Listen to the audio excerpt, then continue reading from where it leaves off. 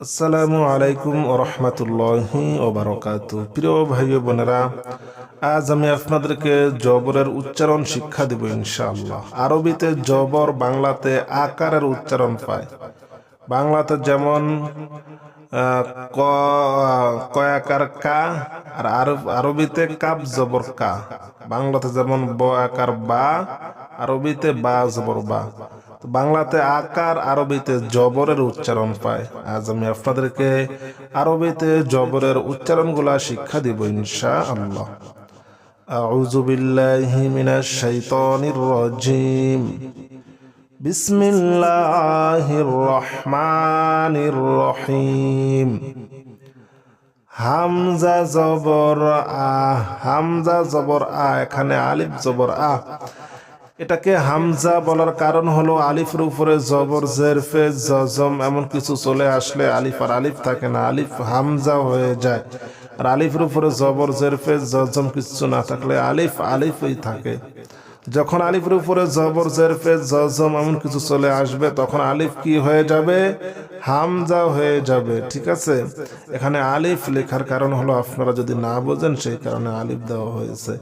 এটা কি আসলে কি হামজা? ঠিক আছে, হামজা জবর আ, বা জবর বা, তা জবর তা, সা জবর সা। হামজা জবর আ, বা জবর বা, তা জবর তা, সা জবর সা। আবার হামজা জবর আ, বা জবর বা, তা জবর তা, সা জবর সা। হামজা জের ই, হামজা জের ই, হামজা জবর আ। আরবিতে জবর বাংলাতে আকারের উচ্চারণ পায়, আর আরবিতে জের বাংলাতে রস্যিকারের উচ্চারণ পায়। ঠিক আছে, হামজা জের ই, বা জের বি, তা জের তি, সা জের সি। হামজা জের ই, বা জের বি, তা জের তি, সা জের সি। তাহলে বুঝলাম আরবিতে জবর বাংলাতে আকারের উচ্চারণ পায়, আরবিতে জের বাংলাতে রস্যিকারের উচ্চারণ পায়, আর আরবিতে পেশ বাংলাতে রস্যকারের উচ্চারণ পায়। ঠিক আছে, হামজা পেশ উ, বা পেশ বু, তা পেশ তু, সা পেশ সু।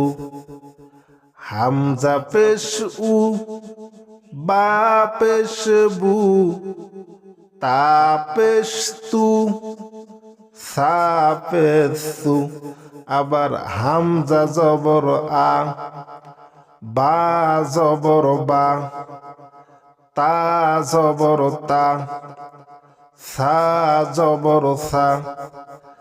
হামজা জের ই, বা জের বি, তা জের তি, সা জের সি। হামজা পেশ উ, বা পেশ বু, তা পেশ তু, সা পেশ সু। তাহলে আমরা বুঝলাম কি আরবিতে জবর বাংলাতে আকারের উচ্চারণ পায়, আরবিতে জের বাংলাতে রস্যিকারের উচ্চারণ পায়, আরবিতে পেশ বাংলাতে রস্যকারের উচ্চারণ পায়। ঠিক আছে, আজ এই পর্যন্ত। আগামী পর্ব পর্যন্ত সকলে অপেক্ষা করুন। আসসালামু আলাইকুম ওয়া রাহমাতুল্লাহি ওয়া বারাকাতুহু।